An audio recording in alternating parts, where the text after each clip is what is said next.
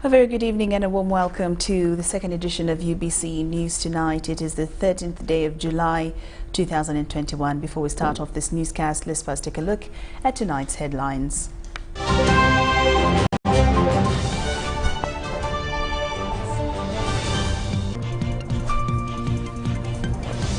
In our headlines tonight, former Border 2020 most wanted member involved in several assassinations in Uganda, the latest being attempted assassination of General Katumba Wamala.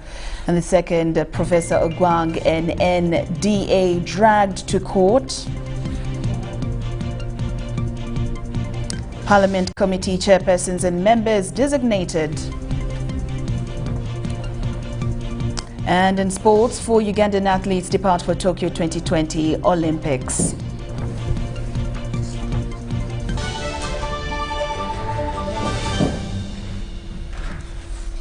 Good evening once again and welcome to UBC News Tonight on this 13th day of July 2021. I'm Lauryn Masika Kazimoto and Elizabeth Nakakoni on sign language.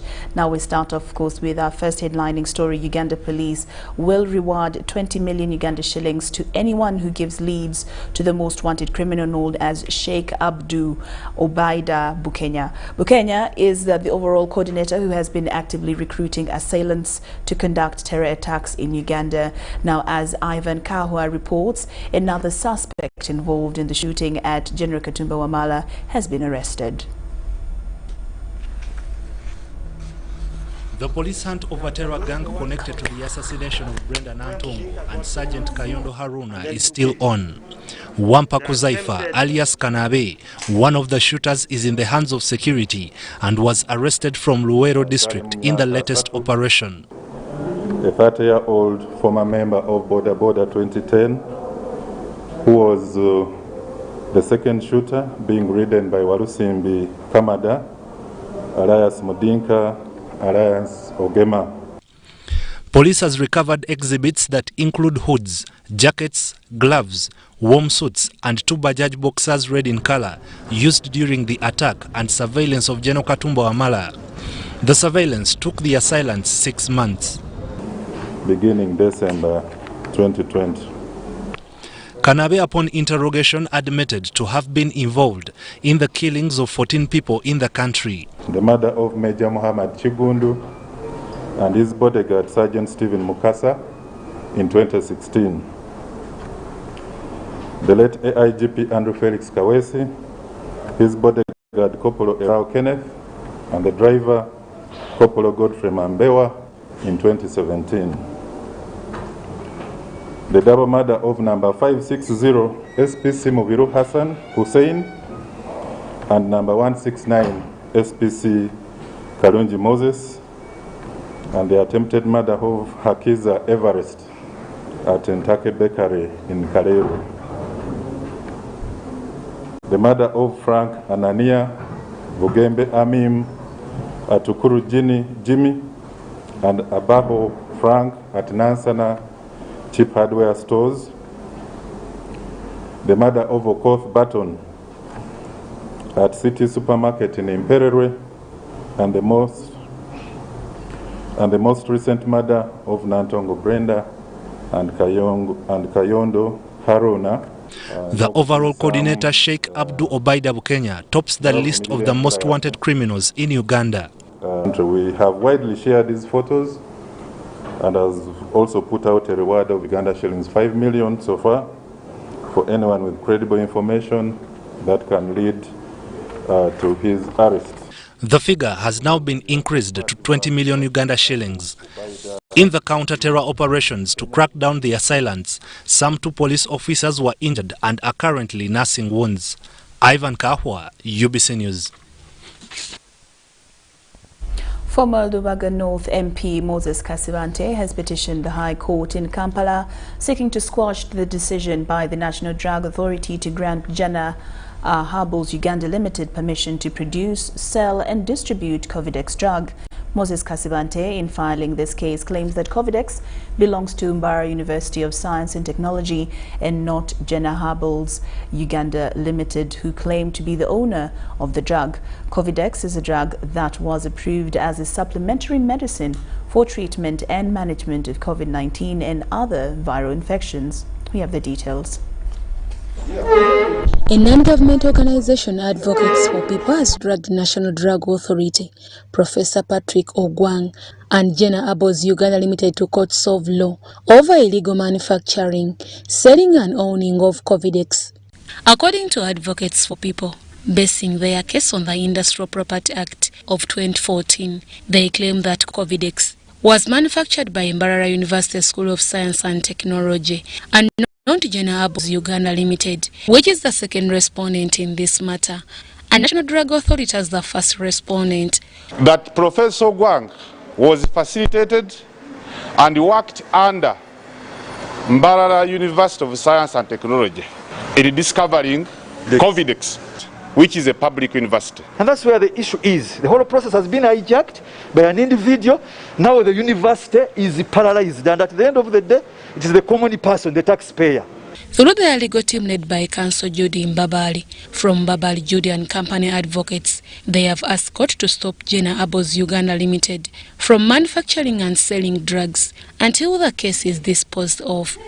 You know, to approve medicine, there must be clinical tests. You've heard of clinical tests. Mbarara University, as the institution that funded this research, its process was still continuing, and they have clearly indicated in a press statement filed by Professor, the Vice Chancellor of Mbarara University. But in the process, it was hijacked by one of our employees. The Secretary General Advocates for People's Moses Kasibante, in filing this case, said since the medicine was manufactured by a government university, Ugandans should get it at free of charge. Professor Ogwang, for him to produce, distribute and sell it, it is a product of Mbarara University of Science and Technology, which belongs to Ugandans. So it is very clear that this patent, this drug is a public property. If government has control, it can easily say, let's hire such and such a company to produce massively this drug so that we can distribute it for free in government hospitals. Exorbitant charges for one to procure a single bottle like this. We have checked with several pharmacies across the country. There is where it is sold at 300,000 shillings, for example. Talking to Omwongere Richard, lawyer for Jenna Herbals Uganda Limited, he had this to solve the filed case against his clients. Without going into the specifics, there is almost nothing. There's almost nothing about Mbarara University in the innovation of Covidex. So that's why you see Mbarara University is not coming up strongly. If it was, it would be the one filing these suits. But Mbarara University knows its position. Both Mbarara University and Professor Ogwang know on the issue who has the intellectual property. Meanwhile, Nabweru Grade 1 Magistrate Court before Magistrate Fridi Awechwidi has granted a cash bail of 500 Ugandan shillings to each nurse of Kawempe National Referral Hospital and Nabukera Florence, a cleaner at the hospital. The three include Reste Murindwa, aged 49 years, Nachiwala Eva, and Nansas Maria nurses at Kawempe National Referral Hospital, respectively, and a one Nabukera Florence, aged 42 years old, a cleaner at the hospital. It is alleged that the four suspects, while at Kawempe National Referral Hospital in Kawempe Division, sold various assortments of human drugs and other medical sundries of unspecified amount, a property of the government of Uganda. During a search at the hospital, it was discovered that the three were operating a private pharmacy at level 7 while stealing drugs from the main hospital to the pharmacy. Court will resume on 18th August 2021. For mention of this case, Deborah Namamonde, Natongo Rebecca, UBC News. Parliament has designated its members to standing and sectoral committees of the House to jumpstart serious business. Deputy Speaker Anita Annette Among says existence of these committees is long overdue. However, whereas some members have welcomed their allocation, some have not, citing frustration from their political party chief whips. Our reporter Henry Okurut with more. The motion to designate legislators to parliamentary committees was moved by Government Chief Whip Thomas Taibwa. We shall be moving on very well. As party whips, as members, you'll be having a confidence that once you have voted, you will belong to a committee. With that, I request members to support this motion. It was seconded by his opposition counterpart, who is also member of parliament for Manjia County, John Baptist Nambeshe. So that they can efficiently discharge their functions. Committee leaders and members were named, an exercise overseen by Deputy Speaker of Parliament, Anita Annette Among. I therefore delegate the Government Chief Whip to read for government, the Chief Opposition Whip, and then the Dean of Independence, and the head of UPDF to read the list. The government side has designated Honorable Oporot Patrick Isiagi as chairperson, Honorable Wamakuyu Ignatius Mudimi as deputy chairperson. Patrick Ishagi of Kashumbala County became chairperson budget committee as Abdu Katuntu takes on the rules, discipline and privileges committee. Budget is according to the circumstance. So we shall follow the constitution in doing our work and the rules of procedure. We shall stick to that. And we shall stick to existing standards. Other members named on various committees welcomed the allocation, expressing readiness to work. I'm very, very happy because I've been put on a committee or public accounts committee. In other words, my role and indeed the role of my friends is going to make sure that we follow up on the accounts of government funds. And I believe that these members will be able to serve us very well, not only serving themselves, but serving their constituencies, serving the nation, and serving Parliament. But some were not contented, accusing their political party whips of frustrating and undermining their service capacity. Personally, I applied for the Committee of Local Government, PAC, and the man took me to HIV, where I am not a medical personnel. I have never been in the medical field. And what will I do really in the HIV? You cannot tell them I want this, you want this. And if you give that chance to everyone, then there will be a lot of divisionism in the parliament. That's why you see the chief whips sit down and give you chance first to apply for a committee. I think they have a right to present their discontentment in respect to the committees, but I know that an individual makes the committee.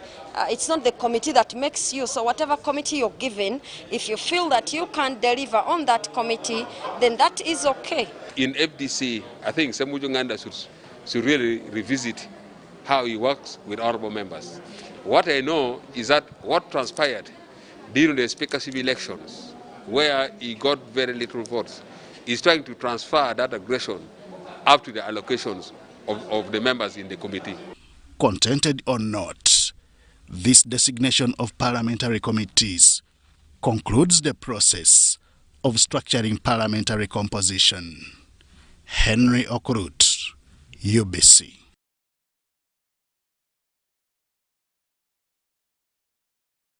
Now a total number of 377,021 beneficiaries of the COVID-19 Relief Fund, making a percentage of 75.23%, have successfully submitted their data out of 1,107 targeted numbers of the beneficiaries. Now, while addressing the media in Kampala today, the Minister for Labour, Gender and Social Development, Betty Amongi, says as of today, a total number of 143,642 beneficiaries have been paid. 500,000 targeted beneficiaries of the COVID-19 Relief Fund within Kampala metropolitan area, 11 cities and 30 municipalities.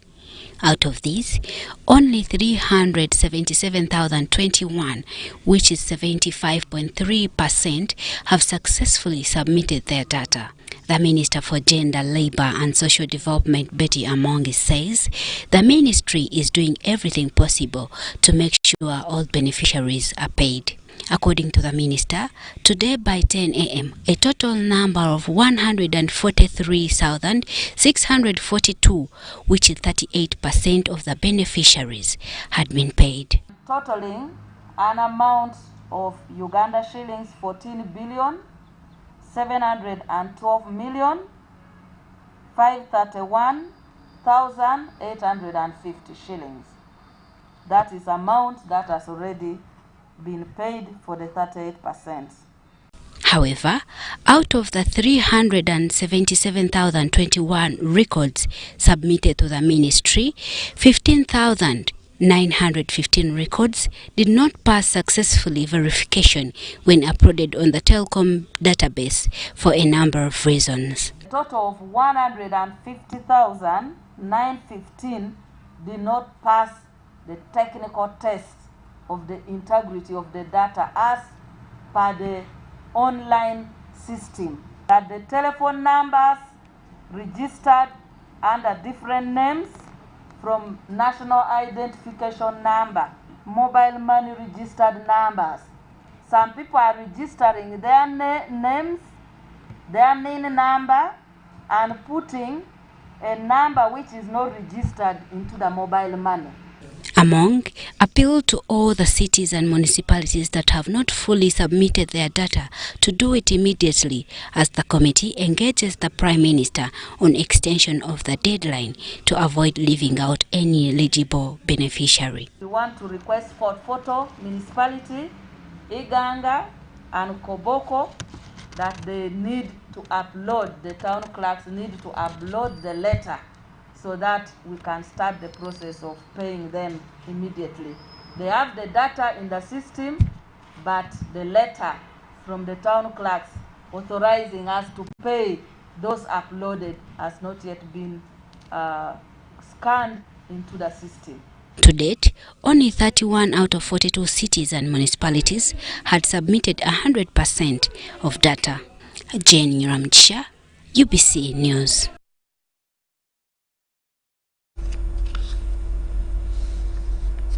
The COVID-19 emergency relief funds that government is sending to the districts have left the leaders in Buhweju district divided. The funds were sent to enable the district to intensify the fight against the spread of COVID-19 and also sustain the vulnerable persons in Buhweju town affected by the partial lockdown to survive over the remaining 20 days. However, in what is turning out to be sheer madness and abuse of office, the resident district commissioner of Buhweju and a member of the district task force on COVID-19 is reported to have been part of the racket that disappeared with the funds. Now, in this report, the racket also involved sub-county chairpersons, and now the political and technical leadership constituting the task force no longer see eye to eye with the RDC. Let's have the report. Is reportedly among the districts that have registered serious cumulative cases of COVID-19, though it has registered only one death. The current fights between the area RDC, Ahari Kundira, Africano, and members of the district task force could contribute to further spread of the virus in the district. The sources of misunderstandings originate entirely from the COVID funds government sent to the districts. It is true that the money that was meant for COVID-related matters, money that was sent in districts, in sub-counties, was misused. Some was stolen. I would rather live to be a chairman LC5 than supporting those thugs. Over my dead body, I can't and I cannot. How can an RDC mismanage COVID funds when he cannot access them? That is question number one. District leaders allege that the RDC connived with the sub-county chiefs to misappropriate over 35 million shillings allocated for the fight against the spread of COVID-19 at sub-county level. Unconfirmed reports indicate that some of the funds were spent in buying personal laptops and school furniture, even when schools are under lockdown. The RDC, Harikundira Africano, denies all the accusations leveled against his personality, saying government has never advanced COVID funds to the district. You can imagine this is when we are fighting COVID, but you find somebody procured a laptop exorbitant at 3.6 million. Government has not released funding for COVID activities. Me as another DC, I have not received any documented release from the Chief Administrative Officer or any communication from the Minister of Finance telling me that the Buhweju district has received funding. The fights between the leaders and the RDC began way back when Atuhaire Dewo, now the district's chairman, was preparing his swearing-in ceremony. It is alleged that the RDC had to stop the gathering, claiming it was against the presidential directives in fight against COVID-19. The stalemate has already been reported to the Secretariat of RDCs. So they can see how to reconcile the RDC and the politicians in Buhweju. Aren't these disagreements deterring the efforts in the fight against COVID-19 in the district? No, absolutely not true. There is a very bad mentality of the people of Buhweju, because when the 78 cases of 2020 did not become fatal and nobody died, today people think COVID does not kill. Harikundira Africano reported in Buhweju in January this year, but leaders claim even the 40 million shillings that the MPs returned during the first wave of COVID-19 is nowhere to be accounted for. Leaders maintain the current RDC must be transferred to bring sanity in the district. It is not an individual demand to be made from Buhweju district, from an individual, that the president transfers a person. The RDC must know that he's here to serve the people of Buhweju. He must respect all the elected leaders. Buhweju district has 279 confirmed cases, 112 are under home-based care, with 1 reported death. The district is grappling with lack of ambulances, medical supplies, PPEs for health workers, and limited capacity to take care of the patients under home treatment.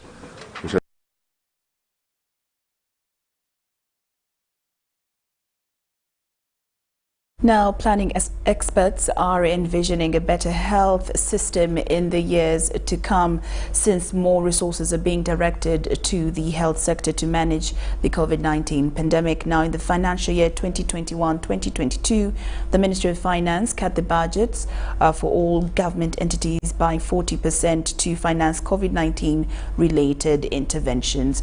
Our reporter Diana Kuti with more. COVID-19 pandemic, according to planning experts, should act as a remodeling opportunity for the country's health system. So we have to plan for a bigger capacity. We must ensure that every district has a hospital that is functional. It's not enough to have hospitals that are not functional. What we have achieved in the planning system is that we have hospitals all over the place. The question is, are they giving the service that they are supposed to give? The answer is no.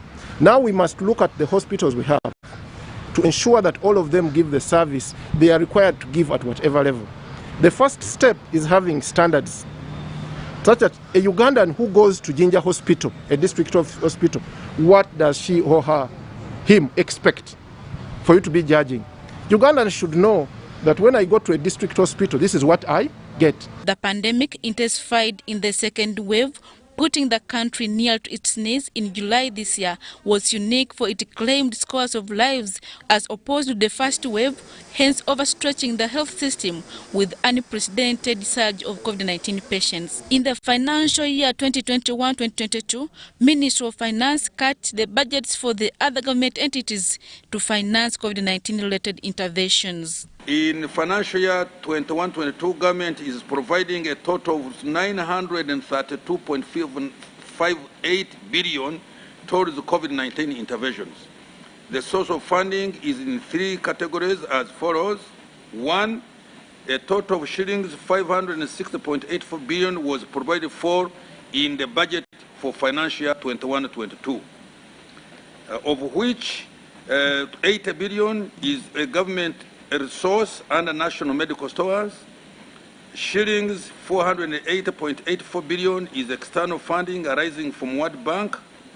The funding is provided for under Ministry of Health for purchase of vaccine. According to planning experts, investment in the health sector needs to be well thought in order for it to maintain readiness to manage future pandemics. This one has given us a lesson. Many times, first of all, pick the context that we have been planning in a context of limited resources. And every time we only plan for what is happening now. And if the Ministry of Health comes to us and says they want extra beds, we ask them for what? If they come and say we want extra ICU, we ask them for what? We use demand. Is the demand there? At that particular time, there is no demand. Now we have to learn. I have looked at the planning systems of Germany. They had decommissioned hospitals 20 years ago, but they left them as hospitals. When the pandemic came, they opened them. So it's not a waste to provide for more, thinking about pandemics. That we have learned. So the planning systems must now respond to know that a pandemic is possible. And therefore, when we plan Mulago, we don't plan it for the actual number. We should be planning it for plus. And that plus should not be taken by Auditor General or Parliament as a waste. Before they would call it as a waste. I don't think any Uganda now, starting from now, will call that a waste. For the case of Kampala, where cases of COVID-19 are high, the Ministry of Health has supported health facilities under Kampala Capital Authority with rapid testing kits. Those found positive are referred for treatment, since KCCA health facilities do not offer COVID-19 treatment. The KCCA facilities we can both pick off samples if you want a PCR, so you can go to any of the KCCA facilities and a sample will be picked. But as of close to 3 weeks to 4 weeks ago, the ministry started distributing the rapid diagnostic tests, commonly known as the RDTs. But these are for people who are symptomatic. So if you come to the facility and you have a flu, you have a cough, or you have a difficulty in breathing, you'll be tested at no cost. But 2 weeks ago, also with the support of the Central Public Health Laboratories, we started community testing, and we have been to Owino Market where we tested, and you'll see us in a few of the communities also being able to test people for free. Again, we'll be targeting symptomatic people where you can be able to test and your result, and will be done at no cost. Although the country is investing resources in different interventions to contain COVID-19 pandemic, Uganda's top virologist, also the executive director of Uganda Virus Research Institute, Professor Pontiano Kalebu, points at vaccination as one of the best options to scale down infections. But in totality, especially in the countries where vaccination has been rolled out nicely, they can see a decrease in infections, decrease in death due to this. And we need to embrace the vaccines. USA, Israel, UK, many of the countries where they have really rolled out vaccination, they are beginning to see the effect, the positive effect of vaccination. In this financial year 2021-2022, top priority expenditures for the government in terms of managing COVID-19 show that out of the 44.779 trillion, 600 billion has been disbursed to different sectors in the first quarter. 206 billion is for the Ministry of Health on top of the budget. 50 billion is for security agencies for enforcing lockdown measures. 53.5 billion is for COVID-19 relief. 53 billion for local governments. 8.1 billion for ICT for media management and publicity, and 200 billion has been set aside as emergency fund for COVID-19. Adiana Kute, UBC. Retired Colonel Dr. Kizza Besigye and leader of a pressure group, the People Government, has asked government to put in place an elaborate plan on how the country will reopen and operate amidst the COVID-19 pandemic. Besigye says they have received reliable information that government is planning to extend for another partial lockdown after the 42 days that were issued to combat the COVID-19 pandemic elapse on the 31st of July this year.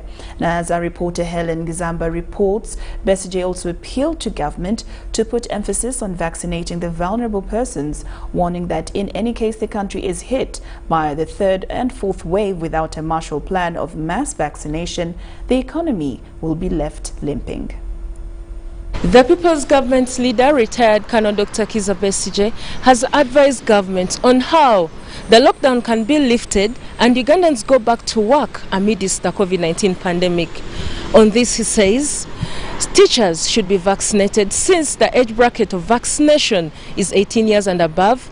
Essential workers should also be vaccinated, as well as the elderly should be vaccinated. And if they are not vaccinated, they should be isolated and put in a safe place where they can be kept away from the COVID-19 pandemic. As the country continues trapped in the trenches battling the second wave of COVID-19, retired Colonel Dr. Kizza Besigye, leader of a political and alternative pressure group, the People's Government is skeptical that government is contemplating announcing an extension of 42 more days of a partial lockdown. But he says government can only make breakthroughs in countering the spread of COVID-19 if the management of the pandemic is left to technical people as opposed to approaching the situation with a partisan perspective. The first thing we indicated that was absolutely necessary and urgent was to change the legal and institutional framework that the management of the pandemic is based on. Besigye says even though the lockdown was issued to control the surging numbers of new infections, government is shying away from discussing an elaborate plan on how it intends to reopen the country and mentally preparing the vulnerable persons on how to live amidst the COVID-19 pandemic. However, he was quick at appealing to government to focus all its energies and resources on mass vaccination as a priority intervention in scaling down the spread of COVID-19. Without a plan, we don't know what will happen after 42 days. Because people are not being vaccinated, that you say after 42 days they are protected. So what would have changed after 42 days? In a related development, Kampala Lord Mayor Erias Lukwago has asked government not to engage security in the registration of beneficiaries of COVID-19 relief, urging that it's a civic exercise that has to be spearheaded by the local council leaders. Finally, they have considered and allowed the LCs at least to pick forms from NIRA. Actually, NIRA is now giving out forms to LCs to begin enrolling those who were not on the list. And those who do not have IDs, at least they can have NIN numbers to be able to qualify for this support. Unfortunately, the directive is that after getting that list, the LCs should submit it to the BISO and the GISO. This is fundamentally wrong.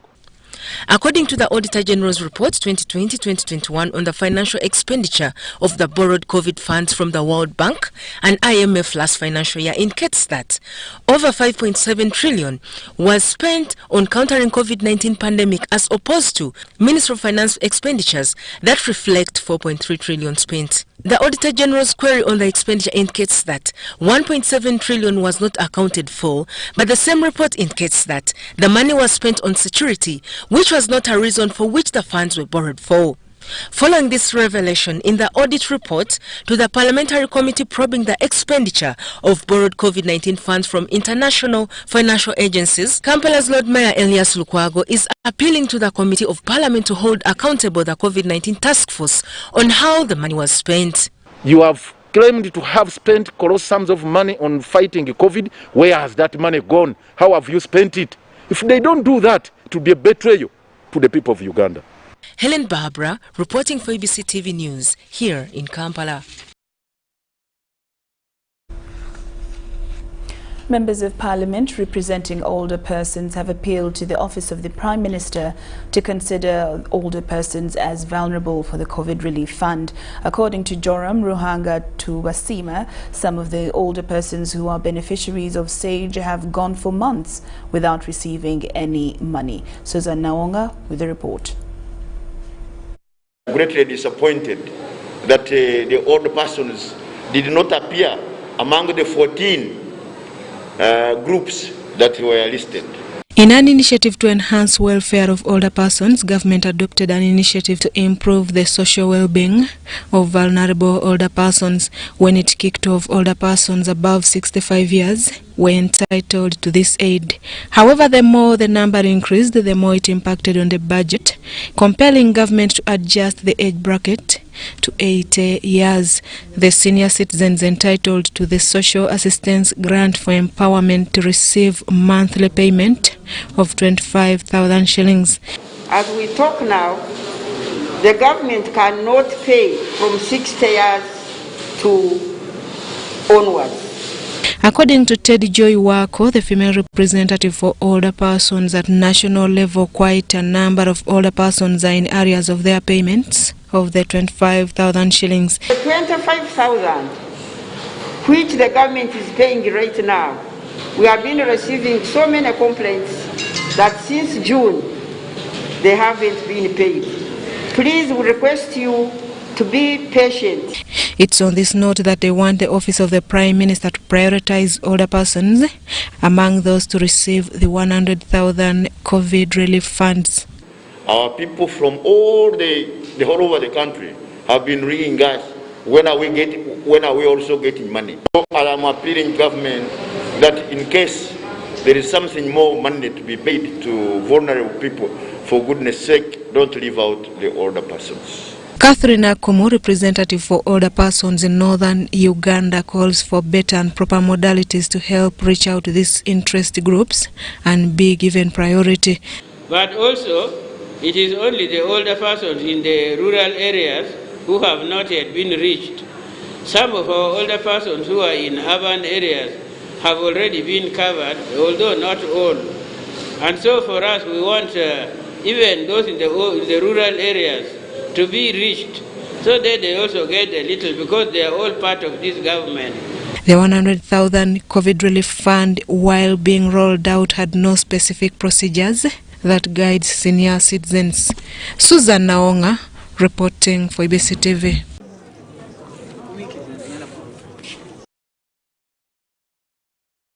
The Parliamentary Committee on COVID-19 has commended Moroto for the good management of COVID-19 situation in the district. Moroto is among the districts with the lowest COVID mortality rates in the country and has most of the requirements for COVID-19 management in place. However, the hospital administration pointed out poor infrastructure as the biggest challenge frustrating health service delivery at the hospital. From Moroto is Philip Aguta with the details on this report. Since last year, Moroto Regional Referral Hospital has registered 605 admissions of COVID-19. Out of these, they only registered 12 deaths and only 6 persons are currently being managed in the intensive care unit. On a good note, we have the least mortality rate in the country of all the treatment centers. Okay?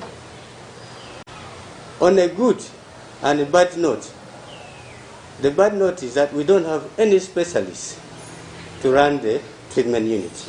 Unlike other hospitals like in Kampala, Moroto has available oxygen cylinders, personal protective equipment for the staff, and the general attitude of the staff is good. And our consumption is at the moment about 16 per day. So we are safe. At the moment we are even supporting Soroti with the cylinder. Okay. And maybe to us, how many cylinders do you have currently? We have 146. Because we have 103, then we got 30. 114, then we got 30. That's 144. Parliamentary Committee on COVID-19 headed by Dr. Charles Ayume, currently in Moroto on an oversight visit, has commended Moroto for good management of COVID-19 situation in the district. First and foremost, it's very evident that there is work being done in this facility, contrary to what the public outcry is there. There was a very good presentation by the director. We have come in, it's very visible. The ministry has delivered its beds. The oxygen plant is very functional. You had his presentation. They actually have excess. They are using about maybe 50% of what the plant is producing. So we're happy about that. And they were able to donate some cylinders to Moroto Regional Referral last week, which had about an excess of 50 patients. So we're very happy about that. The situation has improved significantly. I see positivity in the health workers. They are not complaining. They seem to be self-motivated to do the work.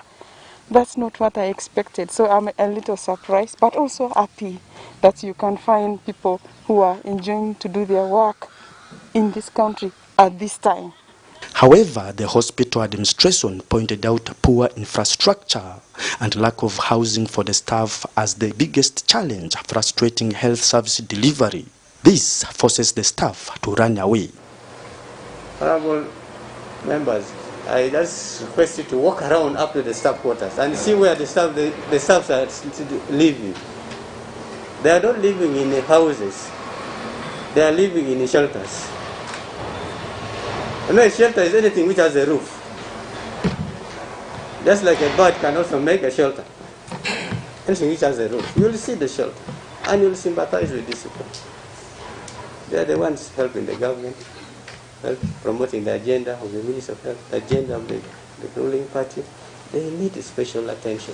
This hospital needs an affirmative action to come out of this danger. We lack specialists in the hospital. And one of the ways which we can attract these specialists, besides pay, is that they're able to come and find ready accommodation. They do not have to come this far, start looking for places where to rent, and at exorbitant costs. The standard of living in Moroto is very high. So I think when we go back to Parliament, these are key issues we need to prioritize. Philip Aguta, UBC News in Moroto.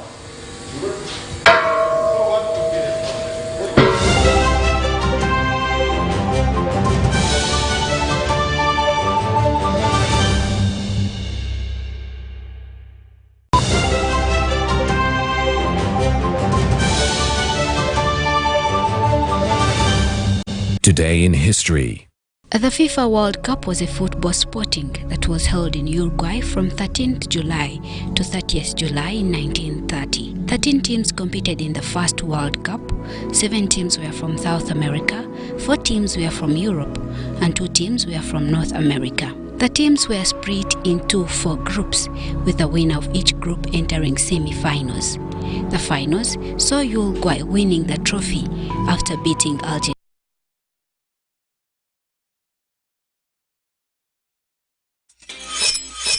We've cut and reduced our MTN Momo withdrawal rates. Now you can withdraw mobile money at the lowest rates. You also get MTN Century Points when you deposit, send and withdraw MTN mobile money. Visit our Momo agents countrywide and withdraw mobile money at our reduced rates from 1st May 2021.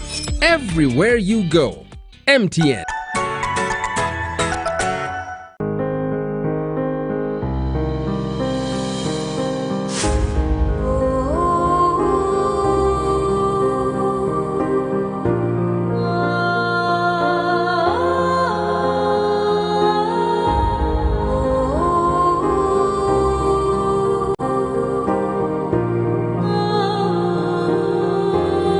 COVID-19 chija kugwa.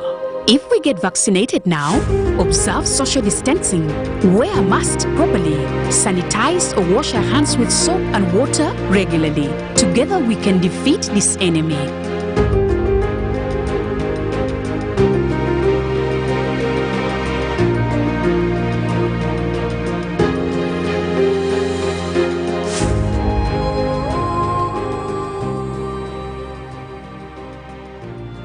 As the financial year 2020-2021 draws to an end, URA has put measures in place to facilitate taxpayers to file their returns and pay taxes within the set deadline. All our offices across the country and the URA Contact Center shall remain open to provide extra support to our esteemed taxpayers. Additionally, we have extended our contact center service hours from 8 a.m. to 11 p.m. Monday to Friday and from 9 a.m. to 3 p.m. on Saturdays and public holidays. In light of the COVID-19 risks, we encourage taxpayers to reach us through our improved contact center and other online platforms instead of making physical visits to our offices. For online support, please reach us through our toll-free lines 0800 117 000 or 0800 217 000. Email services@ura.go.ug.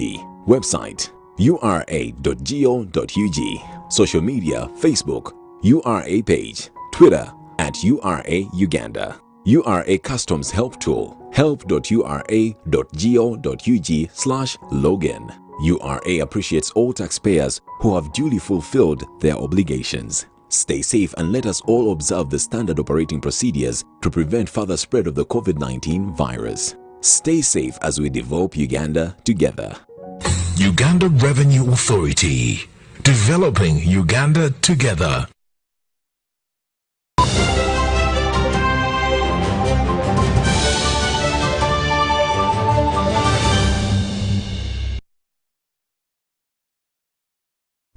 Welcome back from the break. Now, the Democratic Party has threatened to sue the security officers who are unlawfully enforcing COVID-19 standard operating procedures and assaulting civilians under the disguise of enforcing curfew.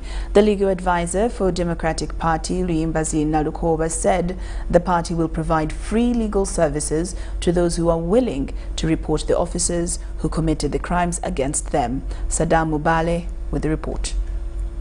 The Democratic Party, through its legal advisor Lauryn Masika Kazimoto, is considering driving government to court of what they described as the continued violation of people's rights by some actors in the security forces who are taking laws in their own hands to assault civilians under the guise of enforcing curfew regulations and COVID-19 set guidelines by the government. The Democratic Party also very concerned with the blatant violation of human rights of Ugandans by security organs. Men and women in uniform should know that a lockdown does not mean trading off of fundamental human rights. We continue to appeal to all security personnel that whoever will violate other people's rights will be sued in their individual capacity. The UPDF and Uganda Police Force, as part of its responsibilities, hold errant officers accountable for their acts outside the standing marching orders of an operation, decided to put names of its officers on their uniforms for easy identification and instilling discipline in the forces. It's against this elaborate procedure of fighting indiscipline in the forces, appealing to those who have been assaulted by men and women in uniform during the partial lockdown to take note of them and report to the party offices for free legal services against the errant officers. Democratic Party has assembled a team of lawyers to cause litigation against culprits in courts of law.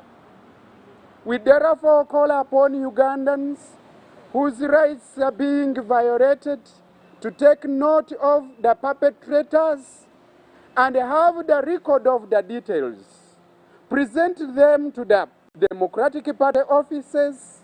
There is a desk established to handle such cases. The Democratic Party also condemned the torture of the recently arrested suspects in the attempted assassination of General Katumba Wamala, who were arraigned in the courts of law with torture wounds, saying that the court should not use information obtained from a person who has been tortured. We understand that relatives and friends of the victims of the attack, which resulted in the death of their loved ones and injuries sustained, would wish to see justice served. But it is sad to note that they have been betrayed by the state organs, whose officers have decided to mismanage the case by violating human rights. Article 24 of the 1995 Ugandan Constitution condemns torture and ratified international and regional instruments against torture and the Universal Declaration of Human Rights and the International Covenant on Civil and Political Rights, which Uganda is signatory to. Sadam Mubale, UBC News, Kampala. Kahendero Fishing Ground is a landing site in Kasese district faced with numerous challenges ranging from consumption of unsafe water, easy transmission of both STDs and airborne diseases. However, people living at the landing site are prone to vulnerability challenges during this partial lockdown. Now, in this report, local leaders appeal to government to reconsider them among the vulnerable persons meant to benefit from the COVID-19 cash relief government pledge. Let's have the report. Kasese is a mountainous area with plenty of water flowing downstream in every valley. The plain lands, especially around the lake basin, is faced with challenges of clean water for human consumption. And there are some problems mostly we face in these fishing villages, like cholera, dysentery. Kahendero Fishing Village, like any other fishing community, depends on Lake George as the only source of water for domestic use. The fishing village has over 4,000 people residing here, but also hosts daytime commuters from the mountain ranges and towns around the district as fish traders. The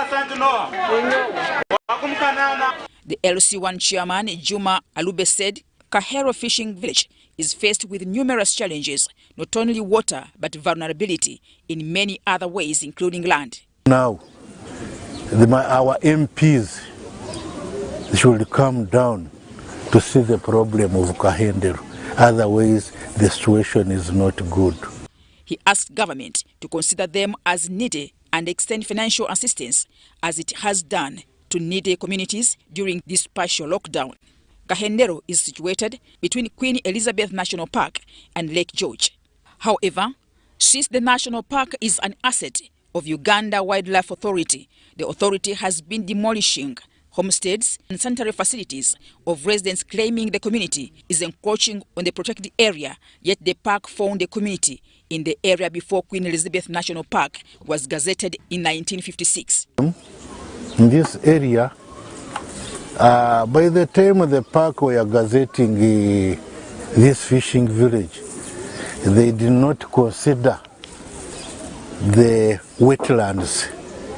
As now you see, we are seated on water, so there is a worry. One time, one day, maybe a year, you may find these houses washed away.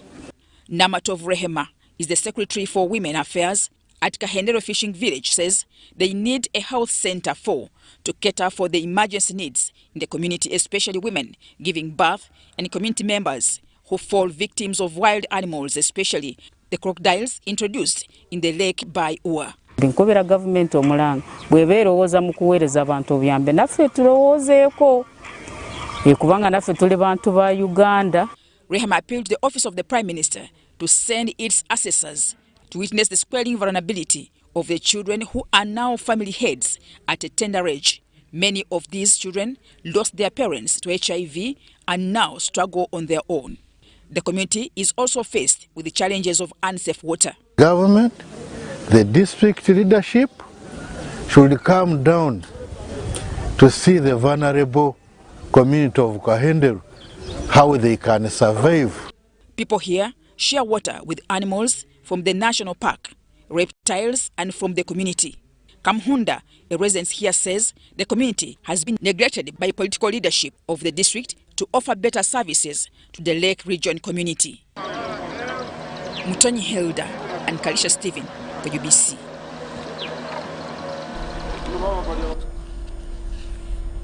Victims of the Nyamwamba River floods living in internally displaced people's camps are still puzzled about the future after a year of living in peril and distress. We have the details in this report.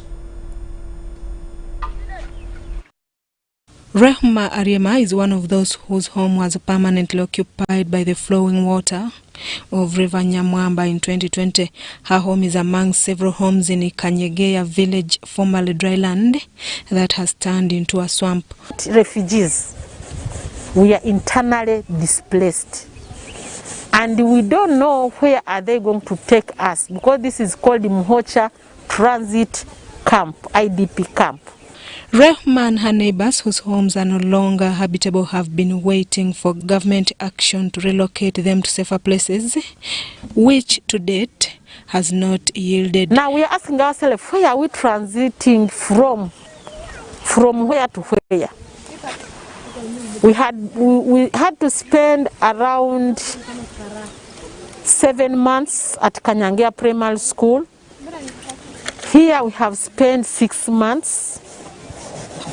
Almost, that is a year plus. Rehma is an entrepreneur and she's not making any chances, but trying to make ends meet. The victims live in makeshift structures made out of mud and water improvised by themselves. After the tarpaulins they were given turned into rugs, she has built in her compound several structures for both accommodation and poultry to get life meaning. Rehma is also among the widows who have suffered violence meted by family members to her husband after he passed on.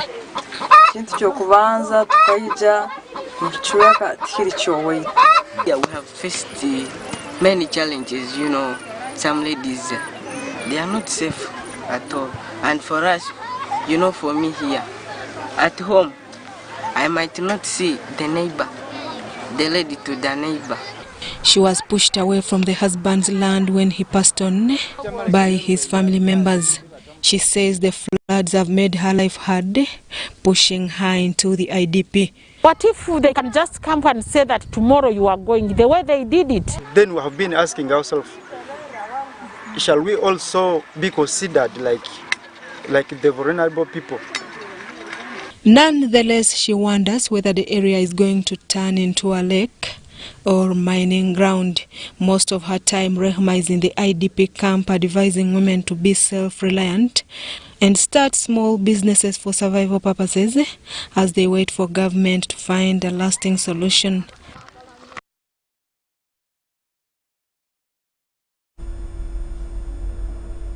Kampala Capital City Authority is planning to work with ghetto residents to advocate for the cleanliness and free acts of hooligans in the capital, Kampala. The deputy spokesperson of the authority, Robert Kalumba, made the remarks at a cleaning exercise of the city by the youths.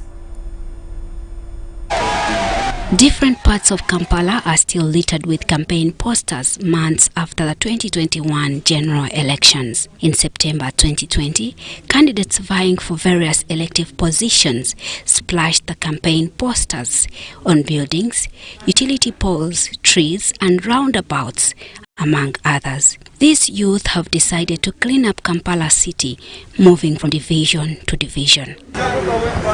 Faluk Bulime, the leader of the youth, was found digging trenches in Waise, says they are to bring more youths on board and advise them to desist from unproductive activities. Tugenda va ku leveri eyokusabiriza tudde ku leveri eyokuba tunaffe tusobola okubaako ne kye tukola mu Kampala city era ne tusasulwa. So on April 4th, KCC's top executive presented a budget of $208 million US, over 700 billion shillings, to implement a 2017 drainage master plan that intends to fix 10 flood-prone areas in Kampala, including Rubiji, Nakivubo, Chinawataka, Kansanga, Nalukolongo, Gaba, Walufumbe, and Mayanja. KCC's drainage master plan seeks to control stormwater by encouraging rainwater harvesting, creating green parks and open gardens, detention ponds, retention basins, and associated wetlands. In some of KCCA's planned drainage projects, the Lubiji channel, which stretches a distance of about 3 kilometers from Waise to Hoima Road, will be expanded again in some sections to about 40 meters, while in other sections it will be as wide as 100 meters. The Lubiji channel is one of Kampala's city major channels that evacuate storm water out of the city when it rains. It forms an arc around the city, starting around Chisasi in the north of the city and then stretches westwards, passing Waise and Kawala, then turns southwards through Busega. However, residents here attribute the reason for cleaning and digging trenches in Kampala to the flooding caused whenever it rains, which makes many to have sleepless nights. Twasalawo tukwatire wamu ne tugamba bekikwatako tiffe tusobola okugogola emyala ne tugimentaininga amazzi agayingira mu mayumba gaffe ne gakendeera gwe mulimu guno. Tegezeza abatuuze bano badde bagenda kwekalakasa lwa mwala, so naye omukisa gukutte gavumenti n'ab'ebyokwerinda 7 years nejja abaana ba ghetto ne bagugwamu ekiyifuyifu. KCCA officials say the new drainage master plan intends to integrate the natural environment and infrastructure into a cohesive city-wide strategy for drainage development that minimizes the impact of flooding. But some experts urge that KCCA's planned intervention will once again prove inadequate. Community efforts to have the city drainage better have always been played down by politics and corruption at the City Hall. However, the deputy spokesperson Kampala City Authority, Robert Karumba, commended the gesture of the youth working to have a clean city and promised necessary equipment support. Tugenda kuwagira nnyo abavubuka abo kweyo ensonga eno engeri tugenda okubawagira tugenda bawa ebintu bibiri tugenda kugezaako nnyo okulaba nti tubawa ebimotoka byaffe ebijjawo awo kasasiro gwe bajje mu nnyanja kubanga repooti tetufunye tulaba nti bamaze okujjayo kasasiro asigala ku kkubo. Well, UBC News Tonight takes a very short break, but we return with business.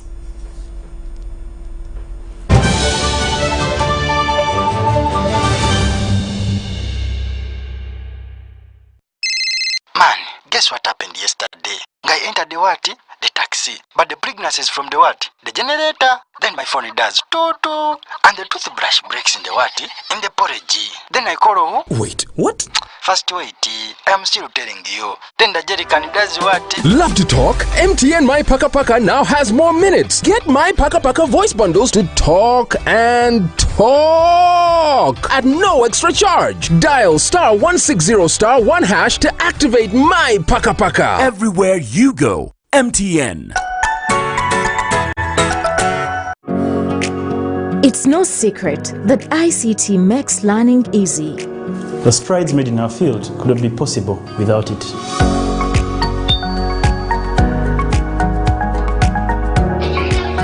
And now we can watch our favorite show.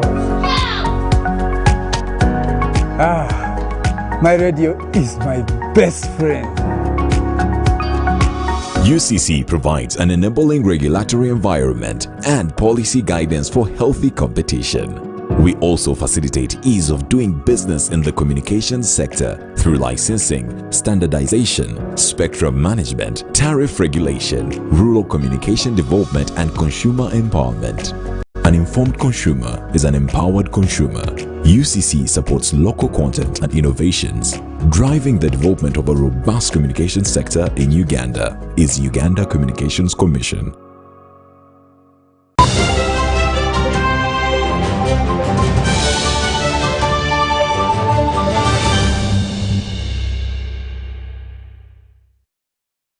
Welcome back from that break. Now into business news. Entebbe Municipality power supply is being upgraded in order to counter the ever-rising demand for domestic use and Industries. Umeme, a utility company, has partnered with the National Water and Sewage Corporation to set up a 20 MVA power substation in Entebbe. As Dennis Sigor reports, the facility is valued at $2 million and expected to be operational by the end of the year. Entebbe municipality is one of the fastest growing urban areas in the country, but its steady social and economic growth is impeded by the challenge of unstable electricity supply. You had erratic power supply. We have recently upgraded our systems. We have big pumps, big equipment here that require a lot of power. So this substation has come at the right time when actually we desired this. We spread water from Chigungu up to Rweza. That is a very big stretch. These are all potential people, and most important, very key people. To address the challenge, Umeme, a utility company, has signed a memorandum of understanding with the National Water and Sewage Corporation, which allows it to construct an electricity substation on its land near the lakeshore. We are glad that now we are beginning to celebrate the power of synergies, because the land that we are putting this substation has been given to us by National Water and Sewage Corporation. We've not paid, so we've signed an MOU with them. This is going to bring a lot of relief. The indoor substation, to be constructed by Gizo Systems, an Egyptian firm, will cost about 7 billion shillings, and it's expected to be completed by the end of this year. The coming of this substation still will address the issue of reliability and availability of power in Entebbe, because everybody knows Entebbe is a very sensitive area where we have the airport, where we have the State House and all other critical installations. As long as we are assured that the environmental and socio-economic aspects are worked on and the project has got nothing to do with destruction of the environment, as the process is, we are very happy for this project. The indoor substation, to be constructed by Gizo Systems, an Egyptian firm, will cost about 7 billion shillings, and it's expected to be completed by the end of this year. The 20 MVA substation will guarantee stable power supply and help boost the quality of life in the municipality. Dennis Igoa for UBC Business.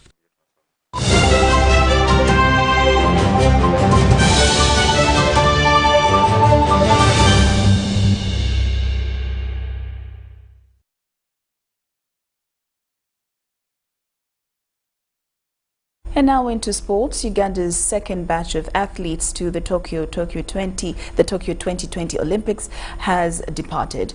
It was 4 athletes and 3 coaches. Our sports reporter John Ban-Sentamu with more. Months, weeks and now just 10 days to the postponed Tokyo 2020 Olympics. Uganda is to play a big part at the games and has qualified 25 athletes. Boxers Shadir Musabwoji, David Semoju and Catherine Nanziri alongside swimmer Atuhaire Ambara are already in Japan and will now be joined by 4 others. The latest to fly out are runners Esther Chebet, Sarah Chelangat, Albert Chemutai and Lenny Shida. These are joined by their coaching cast of Benjamin Njia, Nalis Bijingo and Margaret Ijala. The team is well prepared for Tokyo, and we are really hoping that the team can do their own best in the competitions. The technical team has done their part, and the athletes are fit. So I assure Ugandans that Uganda is much more well prepared. The training has been so far good, and the complaint was not there. The high altitude which we have been in has really made us to prepare for that event of Tokyo 2020. Which key areas did you focus on during training, because it was short? We were focusing on endurance, stamina, power and speed work. Uganda's chief demisio Beatrice Aikuru remains optimistic for medals, but to her the nation must first win the battle against COVID-19. There are many things that we expect. One is really for the athletes to be there, to have negative tests to be able to enter Japan. That's the first thing. That is a success on our side. Two is for them to be able to have those daily tests. Every day they are not on the results list that they have a positive test. Third is to ensure that they're able to step in the arena, either on the stage, in the ring, or in the competition venue, in the pool, or even in the water for the rowing. So that is still a plus for us because with this COVID it's very difficult. Uganda has since its first appearance at the Olympics in 1956 won 7 medals. 2 of them are gold, 3 silver and the other bronze. John Barnes, Sentamo, reporting. UBC News Tonight has come to an end, and thank you so much for your company this lovely evening. We'll leave you with Kutesa Mili with tomorrow's weather forecast. From us, it's a good night. Kutesa Mili once again with your weather forecast. We are still having light showers in most parts of the country, though other areas are still experiencing sunny intervals. This is influenced by the lowering of the low over the tip of South Africa that has pulled the rain belt back in our country, plus the moist easterlies blowing from Indian Ocean towards our country, enhanced with the local effects, bring us the weather that we are experiencing lately. But tomorrow morning, though, we expect to wake up with sunny intervals in most parts of our country, apart from some few areas in lake shores that are expected to have light showers. Afternoon hour, though, we expect a pick up of light showers in the central part of our country and across the lake shores, but the northeastern of our region is expected to have thunder showers. Other areas like the southwestern of our country is expected to continue with sunny intervals. Temperature is up to 28 degrees Celsius of maximum across the northern part of our country and across Kasese, but in capital city Kampala with 26 and Kampala Highlands with the lowest of 23 degrees Celsius. You is moving out of our country touring other cities. You're forecasting sunny intervals across Nairobi and Dubai with a maximum of 20 degrees Celsius across Nairobi. Paris, New York and Tokyo I expect to have light showers with a maximum of 14 degrees Celsius across New York. Thanks for tuning on UBC. I remain Kutesa Mili. Stay tuned and see you tomorrow.